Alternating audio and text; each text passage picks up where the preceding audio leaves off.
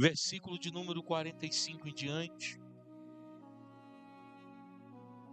para finalizarmos nesta noite o capítulo 15 de 1 Coríntios. Amém? 1 Coríntios capítulo 15, a partir do versículo de número 45. Diz assim a palavra do Senhor: assim também está escrito: o homem Adão foi feito alma vivente, o último Adão, espírito vivificado. Não veio primeiro o espiritual, mas o natural, e depois o espiritual.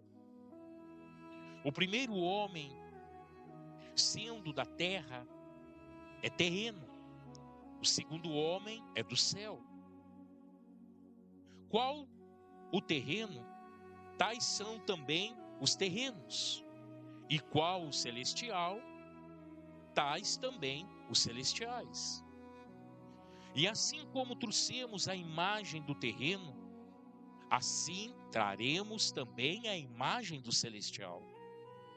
E agora digo isso, irmãos, que a carne e o sangue não pode herdar o reino de Deus, nem a corrupção herdará a incorrupção. Eis que vos digo um mistério. Na verdade, nem todos dormiremos, mas todos seremos transformados. Num momento, num abrir e fechar dos olhos, ao soar a última trombeta, pois a trombeta soará, e os mortos ressuscitarão incorruptíveis, e nós seremos transformados. Pois convém que aquilo que é corruptível se revista da incorruptibilidade, e aquilo que é mortal se revista da imortalidade. E quando o que é corruptível se revestir da incorruptibilidade, e o que é mortal se revestir da imortalidade, então se cumprirá a palavra que está escrito: tragada foi a morte na vitória. Onde está, ó morte, o teu agrilhão? Onde está, ó morte, a tua vitória? Ora, aguilhão da morte é o pecado, e a força do pecado é a lei. Graças, porém, a Deus, que nos dá a vitória por nosso Senhor Jesus Cristo. Portanto, meus amados irmãos, sede firmes e constantes, sempre abundantes na obra do Senhor, sabendo que o Senhor, o vosso trabalho, não é em vão. Amém? Poder se sentar em nome de Jesus? Pode trazer uma toalhinha para mim, por favor? Aí embaixo aí. Louvado seja Deus. Amém, irmão? Bem, nós estamos ainda nesse capítulo 15, né? Aonde Paulo, ele fala da ressurreição. E Paulo, ele é bem enfático, porque ele disse que se Jesus não ressuscitou, em vão é a nossa pregação, né? O cristianismo em si está firmada na morte e ressurreição do Senhor Jesus Cristo, né? Nenhuma outra religião tem o seu fundador ressuscitado. Somente o cristianismo. Só o cristianismo tem o seu fundador ressuscitado. Ele não está entre nós, mas nós sabemos que ele ressuscitou. Nós sabemos que ele foi visto por mais de 500 pessoas, subindo aos céus e voltando para o lugar de origem, direita do Pai Todo-Poderoso, né? Então nós cremos nisso e a nossa vida é baseada nisso. Então Paulo, ele vai defender a sua tese, ele vai falar da ressurreição, ele vai simplesmente derrubar por terra toda a narrativa que está entrando dentro da igreja contra a ressurreição. Ele derruba essa narrativa, ele prova ali através de todo o seu conhecimento sobre a ressurreição. E agora ele vem falando da diferença entre o homem natural e o homem espiritual. E ele fala que, né, ele dando exemplo de Adão, sendo um homem natural, ele está falando, olha, nós somos naturais. Todos nós viemos de Adão, primeiro homem. Mas o segundo é espiritual. Então o que Paulo está dizendo? Paulo está dizendo que a partir do momento que o homem reconhece os seus pecados, se arrepende e aceita Jesus Cristo como seu Salvador, seu único e suficiente Salvador, e a partir daquele momento ele se torna um cristão, nós não somos necessariamente mais simplesmente um mero mortal. Nós passamos a ter agora sim uma vida também espiritual. Uma vida que vamos ter aos pés do Senhor Jesus. Uma vida que vamos ter baseada na palavra do Senhor Jesus. Uma vida que nós vamos ter de oração, de leitura bíblica, de jejum, né, de santificação. Então nós vamos fazer coisas que aproximam de nós o quê? A espiritualidade. E não as coisas carnais. Então, Paulo, ele pode ver que aqui nessa carta, ele vai falar de incorruptível, que é a pessoa corrupta, que é o homem natural, né, que peca, que mente, né, que faz atrocidades aí que nós estamos vendo, é o homem sem Deus no seu coração, né? Mas ele fala da incorruptibilidade, que é o quê? Que é o homem transformado, aquele homem que abriu mão do seu pecado, que abriu mão daquela vida que ele vivia antes de pecado. E agora ele anda na espiritualidade, sendo um homem justo, temente a Deus, guardando a palavra do Senhor. Então Paulo está falando dessa transformação que só o Espírito Santo pode fazer na vida do homem. Porque é o Espírito Santo de Deus que convence o homem do pecado, do juízo e da justiça. Então Paulo ele vem trazendo essa ênfase e ele diz claramente, né? Não veio primeiro o espiritual, mas o natural, e depois o espiritual. O que Paulo está dizendo? Que na vida de um homem há fases. E a primeira fase da nossa vida, é claro, é natural. Enquanto nós não tivermos consciência do bem e do mal, enquanto nós não tivermos consciência do que é certo e errado, não há como decidir o lado que nós vamos ficar. Então tudo começa naturalmente, mas não termina naturalmente. Por quê? Porque vai terminar espiritualmente. Depois de uma conversão genuína de coração, aquele homem é transformado na sua vida ainda em terra. Amém, Jesus? Ele passa a ser canalizado pela presença de Deus. Ele passa a ser aquele homem canalizado pela presença do Espírito Santo. E Deus, através da sua vida, vai permitir que aquele homem faça grandes sinais de prodígio e maravilhas. Não para que a própria pessoa seja exaltada, não, mas que Cristo seja exaltado na vida daquele que Deus usa. Essa é a grande realidade. Aí Paulo diz, o primeiro homem, sendo da terra, é terreno. Exatamente isso. E o segundo homem, do céu. Então veja que Adão, ele com a sua naturalidade humana, ele pecou contra Deus. E isso mostra para nós que se nós não transformarmos a nossa mente, porque se não houver uma transformação na nossa mente, não há transformação de vida. O primeiro homem pecou contra Deus, né? Depois, os homens que vieram todos esses homens inimigos de Deus. Poucos homens se converteram. E é assim como hoje também. A maioria das pessoas estão aí fora, batendo cabeça, né? Às vezes entram na igreja, ouvem a palavra, mas não permanece.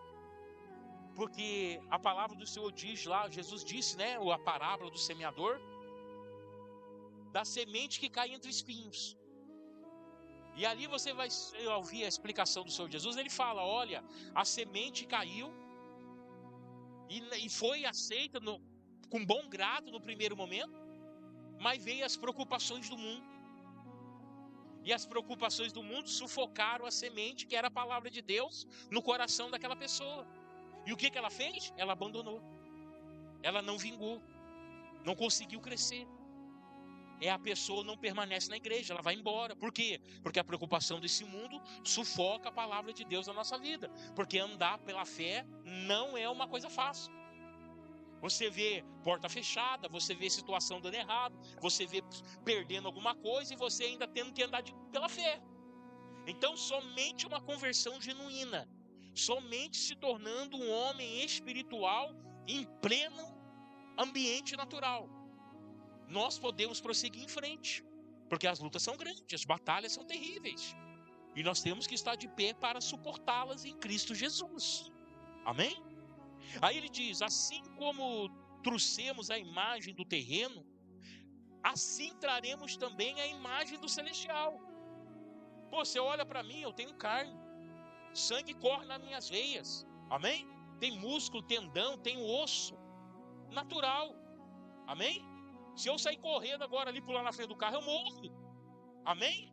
Mas eu trago, sim, traços do natural, trago o meu corpo corruptível, mas eu também trago traços do espiritual, amém? Por quê? Porque eu nasci de novo, eu aceitei Jesus, e esse traço do espiritual na nossa vida, nada mais, nada menos que é a presença do Espírito Santo de Deus dentro de você. É onde a sua consciência, é claro que muita coisa a gente vai ter que resolver de uma maneira natural, mas é claro, com um olhar espiritual. Amém, Jesus? O Rafael está lá consertando bicicleta. Tenha certeza que com um olhar natural, experiência humana, mas também com um comportamento espiritual. Por quê? Porque tem certas coisas que é só no espírito, né? Tem certas coisas que nós só resolvemos se vir do céu. Tem certas coisas que nós não enxergamos naturalmente o que está acontecendo, mas espiritualmente nós conseguimos enxergar. Então Paulo está falando dessa dupla função na nossa vida, sendo homens naturais, mas com comportamentos espirituais na nossa vida. Isso transforma não só o lugar onde você está, como Paulo transformou cidades com esse tipo de comportamento. Amém? Sendo um homem natural, mas com comportamento de espiritual. Isso é fundamental para nós. E é isso que Paulo está trazendo para a igreja de Corinto. E aí ele diz: agora digo isso, irmãos, que a carne e o sangue não pode herdar o reino de Deus.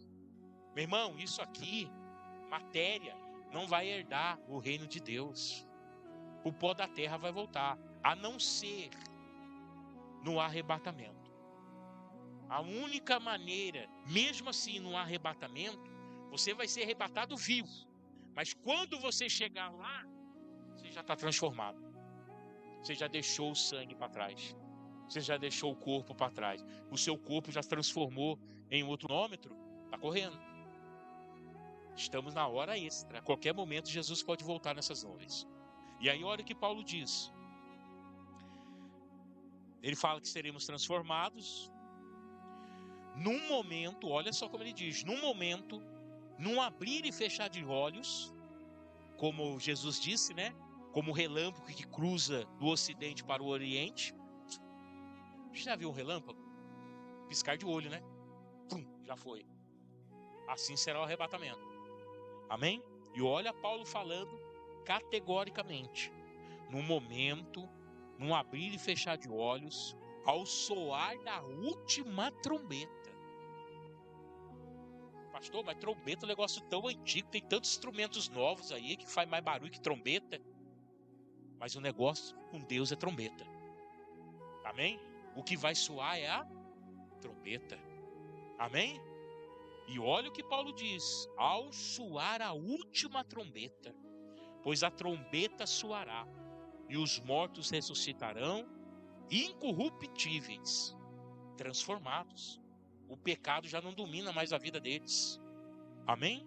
E nós seremos transformados. Por que Paulo falou que nós seremos? Porque Paulo já esperava a volta de Jesus naquela época. Ele já esperava. Paulo já esperava assim: olha, eu acho que nós não vamos morrer, nós não vamos ser arrebatados. Paulo já pregava sobre isso. Amém? Aí é por isso que eu digo que muitos, a Bíblia diz isso, muitos têm Deus por tardio. Está demorando demais. Se cumprir aquilo que Paulo falou, que Pedro falou, irmãos, um dia para Deus é igual a 1000 anos. Um dia para Deus é igual a 1000 anos. Faz 2 dias e meio para Deus que Jesus saiu dessa terra. Você acha que está demorando? Para nós, ou para alguns, né? Para o homem. Mas para Deus, faz 2 dias que Jesus saiu da terra. Faz 2 dias que ele voltou lá para o céu. E aí? Será que ele está esperando ao mês? 15 dias? 20 dias? E aí? Nós não sabemos.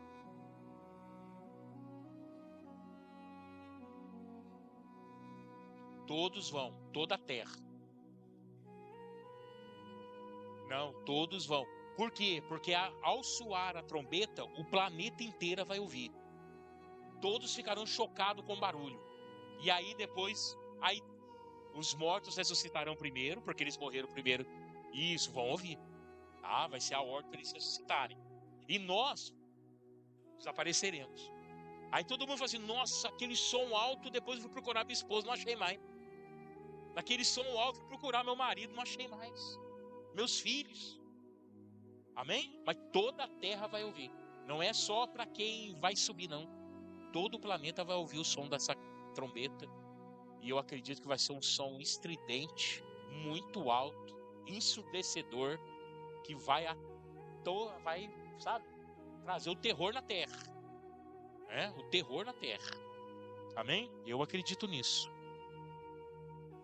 Aí diz, pois convém que aquilo que é corruptível, o que ele está falando? O homem natural. Corruptível.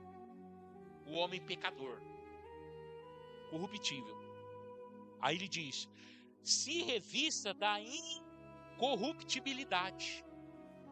Conversão. Abandonar o pecado. Amém, Jesus?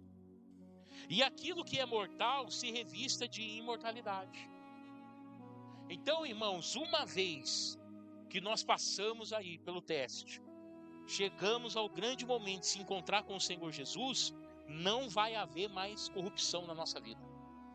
Em nenhuma área da nossa vida. Nós seremos transformados em seres celestiais. E todos verão isso. Por quê? Porque nós vamos, num piscar de olhos, sumir, mas voltaremos para essa terra, junto com o Senhor Jesus. Voltaremos. Na dispensação do milênio, Jesus volta, mais uma vez, para tomar conta dessa terra por 1000 anos. Quem vai estar junto com ele? Você, eu, nós. Vamos estar junto com ele. E o povo vai estar aqui. Aqueles que subiram. Poxa, lá o irmão pregava para mim lá. Era verdade. Puxa vida. Olha lá o outro irmão lá. Nossa, era verdade. Quem fala para mim lá, ele está com o corpo glorificado, transformado.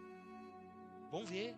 Porque é a única maneira de algumas pessoas ainda se converter na grande tribulação. Amém? Revendo fatos. E é tão interessante, irmãos, que ainda vai ter mais, depois do milênio, na grande tribulação, vão se converter, e depois disso tem mais uma conversão, que Deus ainda vai permitir. Porque aí Apocalipse fala aqueles que ficaram debaixo da mesa. Aquilo lá é uma terceira chance, uma quarta chance, perdão, porque a primeira aqui na terra, segundo arrebatamento, terceiro no milênio, ainda tem uma quarta, que são aqueles que ficaram debaixo da mesa. Uma hora eu trago esse significado para vocês, do que o que significa ficar debaixo da mesa. Amém, Jesus? Aqueles que ficarão aqui na terra, está no livro de Ruth, o rascunho do caminho. O que é o rascunho do caminho?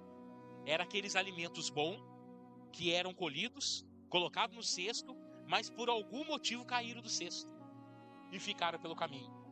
Aqueles são da grande tribulação, os rascunhos do caminho. Vamos dizer, o cara era de Deus, era homem de Deus, mas por algum motivo, um deslize que ele deu, caiu do cesto. Não foi apanhado. Amém? Não foi colhido por Deus. Caiu do cesto e ficou no meio do caminho, ao rascunho do caminho. Amém? Então esse é o que vai ficar para a grande tribulação. Quem entendeu, diga amém. Graças a Deus. Vamos lá. Aí diz assim: enquanto o que é corruptível se revestir de incorruptibilidade, e o que é mortal se revestir da imortalidade, então se cumprirá a palavra que está escrito: tragada foi a morte na vitória. Por quê? Porque vai se cumprir a palavra do Senhor Jesus: aquele que crê em mim, ainda que esteja morto, viverás. A morte não vai ter poder. Porque eu já expliquei para vocês, né? Quando a morte vem apanhar alguém, a morte, ela vai pagar o pecado, o seu salário. Agora, se não tiver pecado ali, não tem como ela pagar o salário, não tem como ela tragar aquela vida. Foi por isso que Jesus ressuscitou. A morte chegou para pagar o salário do pecado. Jesus não tinha pecado. O que a morte falou? Bem, não posso levar. Então ele ressuscitou. Amém, Jesus? Então o último adversário nosso é a morte. Tá? É a morte. Porque vencendo a morte, nós vamos morar com o Senhor Jesus no céu. Amém? E para vencer a morte depende muito do que nós estamos fazendo hoje aqui na terra. Quais são as nossas decisões? Qual é a nossa posição? Né? Se estamos mesmo fazendo o que o Senhor Jesus nos mandou fazer, porque é isso que vai condicionar a nossa vida para onde nós vamos. Amém? E aí diz mais assim, olha Paulo dizendo: onde está, ó morte, o teu aguilhão? E ele vai dizer, o aguilhão é aquela ponta que tinha no escudo, porque o escudo era usado para proteger. O outro era chamado de broquel. O aguilhão estava ali. O que é broquel? É um escudo de ataque, para você ferir o inimigo. Amém? Pode ver que Davi, ele orou ao Senhor dizendo: o Senhor é meu escudo e o meu broquel. Então era um escudo de proteção e o outro era para usar para atacar, para ferir. Tinha um aguilhão nele. Então a morte tem esse aguilhão. E esse aguilhão da morte, para nós, é o pecado. É ele que nos fere. É ele que vai nos matar. O pecado. Amém? O pecado mata o homem. Mata o homem espiritual. Amém? E aí eu disse domingo, né? Se você nasceu uma vez, você morre duas. Mas se você nascer duas vezes, você morre uma. Amém, Jesus? Por quê? Porque se você nascer só da sua mãe e não se converter, e não morrer depois, e não nascer depois, da água e do Espírito, que é a conversão, você morre naturalmente e depois morre espiritualmente, a separação de Deus. Mas se você nasce duas vezes, da barriga da sua mãe e da água e do Espírito, que é a conversão, você morre uma vez e depois disso você vai para a glória. A morte não tem força contra você. Amém, Jesus? Então essa é a regra de Deus. Aí diz assim: onde está, ó morte, o teu aguilhão? Teu aguilhão, perdão. Onde está, ó morte, a tua vitória? Olha que interessante. Então a morte será derrotada. Ela não vai sair vitoriosa. A gente fica triste, né, irmão, de ver pessoas morrendo sem salvação. Morrendo sem salvação. A gente fica sabendo, pessoas que beberam a vida inteira, fizeram as coisas erradas a vida inteira, morreu. Poxa vida, vem tristeza no nosso coração, foi para o inferno. Aí você fala assim: pastor, a gente pode falar isso? É claro, meu irmão. É claro. Não aceitou Jesus como seu Salvador? Acabou, irmão. Vai para onde? Vai para onde? Purgatório não existe.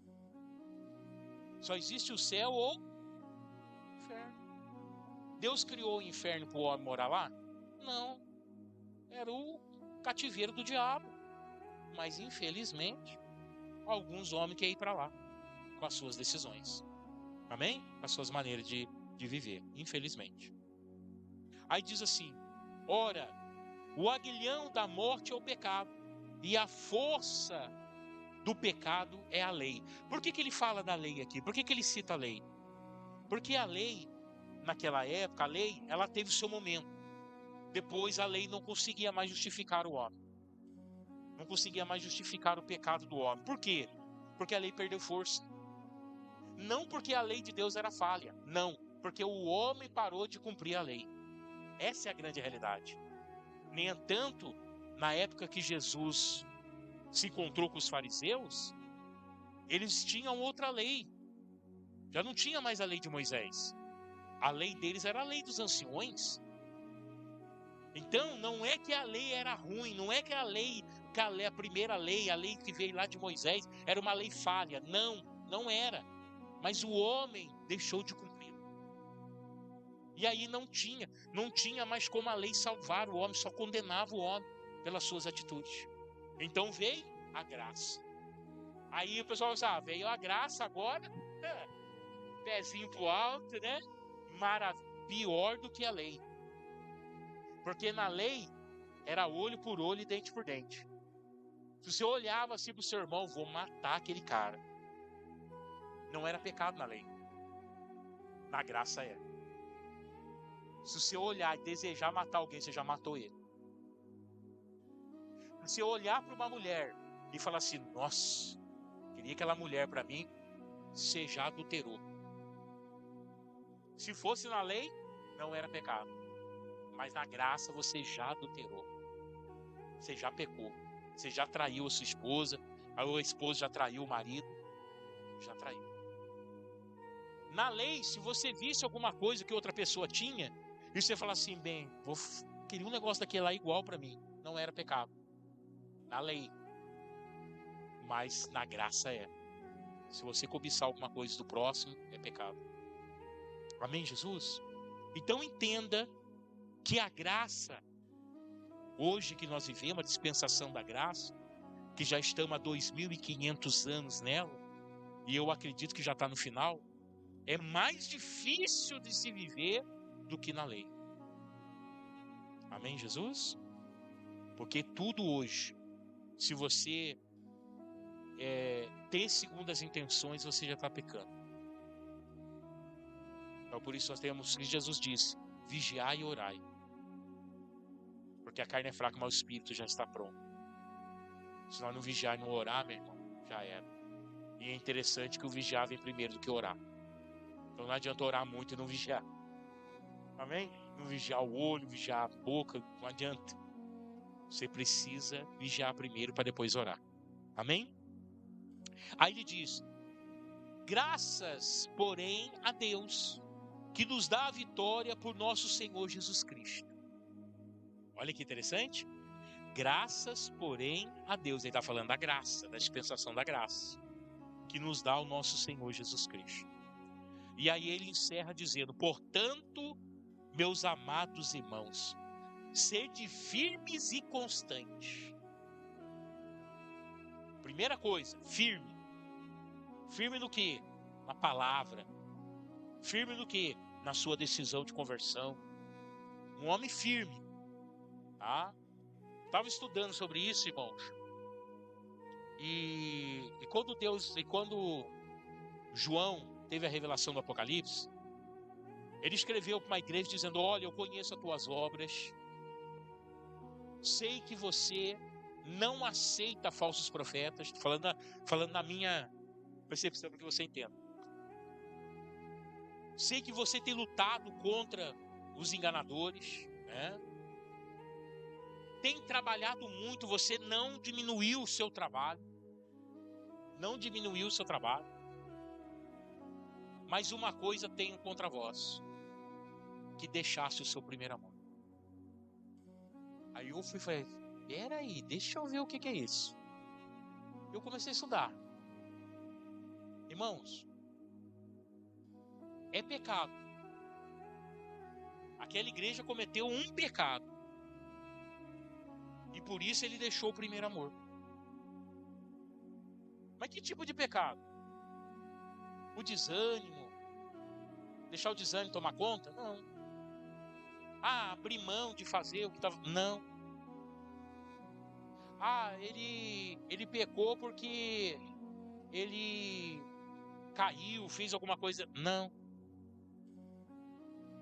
Esse pecado eu fui lá buscar e entendi.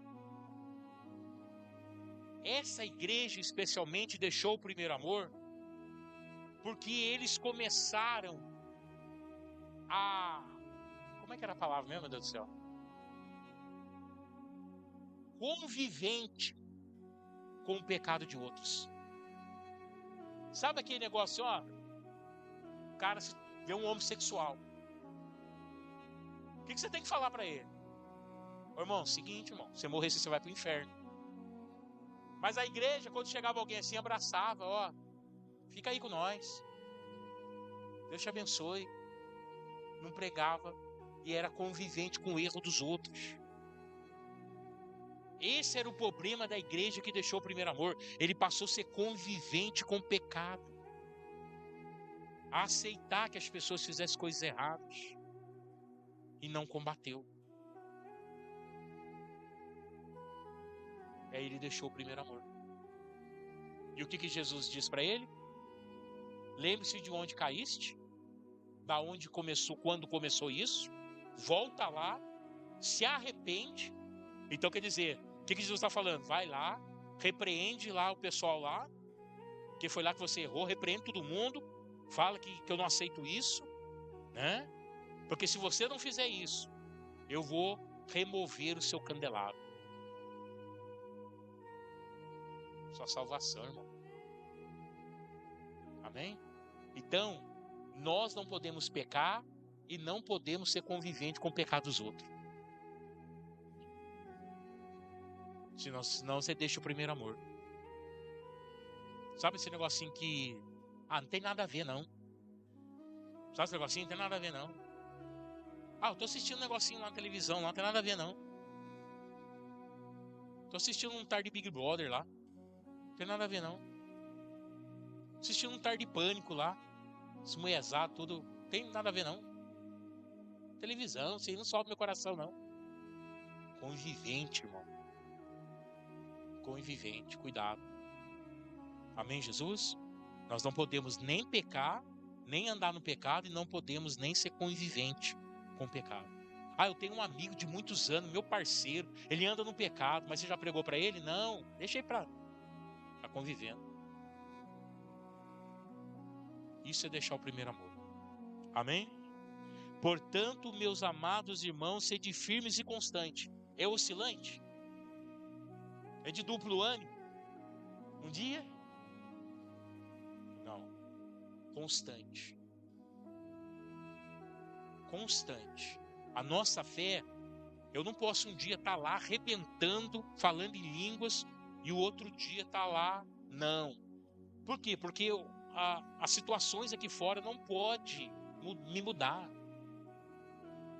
Amém? Hoje eu tomei um prejuízo. Já sai xingando, falando palavrão, chutando todo mundo. Hoje eu ganhei dinheiro, sai cantando para a rua. Não pode, irmão. Nós temos que andar na mesma linha. Dando tudo certo ou dando tudo errado, precisamos estar na mesma postura diante de Deus. Amém, Jesus? Nós precisamos. Tá? Constante, não é oscilante. Sempre abundantes na obra do Senhor. O que é abundante? Sempre fazer a obra de Deus com alegria, com amor, com carinho. Abundante, sabe? Tem gente que lá no serviço arrebenta, né? O serviço arrebenta, o cara é bom mesmo no serviço, dá tudo de si. Mas quando chega na igreja, o cara não dá nada de si. Nós temos que dar tudo de nós para Jesus também. Tudo de nós para Jesus. Amém? Nós temos que ser abundantes na obra do Senhor. E diz, sabendo que no Senhor o vosso trabalho não é em vão. Por que não é em vão? Porque Deus vê tudo. E Ele sabe retribuir. Ele sabe recompensar. Não que nós fazemos por recompensa. Porque para nós, se Deus me salvar, já tá bom, meu irmão. Amém? Se Deus me salvar, já tá bom. Eu não preciso fazer mais nada por mim. Não deixando eu ir para o inferno, glória a Deus. Nós vamos rasgar esse guará no peito, pregando a palavra de Deus. Eu vou para a cadeia, eu vou para onde Deus quiser. Mas quero só a salvação. Se eu passar fome, passar sede, importa. Sendo salvo, irmão, para mim, já valeu a pena todo o trabalho. Amém? Então, mas veja que Paulo diz, o vosso trabalho não é em vão. É claro que Paulo está falando da salvação, mas é claro que Paulo está falando também da ajuda de Deus. Porque Deus nos ajuda. Amém? Deus nos ajuda. E Ele nos ajuda no momento em que escapa de nós alguma solução. Aí vem Deus nos ajuda. Abrindo porta, movendo situação, fazendo milagres, para a honra e glória do Senhor. Amém, Jesus? Quem entendeu, diga amém. Ó, cravado, 9 horas. Vamos orar? Vamos colocar de pé?